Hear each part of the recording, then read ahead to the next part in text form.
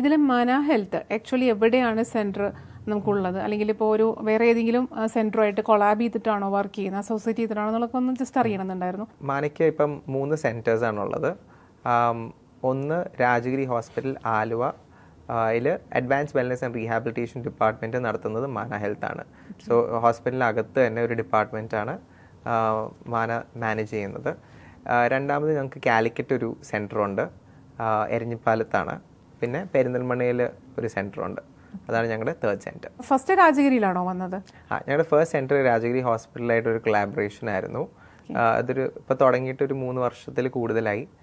ആ ഒരു സെൻറ്ററിൻ്റെ സക്സസിൻ്റെ ബേസിസിലാണ് ഞങ്ങൾ കാലിക്കറ്റും പെരിന്തൽമണ്ണയും സെൻറ്റേഴ്സ് എസ്റ്റാബ്ലിഷ് ചെയ്തത്. ആക്ച്വലി ഫസ്റ്റ് തന്നെ രാജഗിരിയൊക്കെ അത് അസോസിയേറ്റ് ചെയ്ത് വർക്ക് ചെയ്യണമെന്നുണ്ടെങ്കിൽ തീർച്ചയായിട്ടും അതിൻ്റെ ആ ഒരു ബെനിഫിറ്റ്സ് മനസ്സിലാക്കിയിട്ട് തന്നെ ആയിരിക്കണം.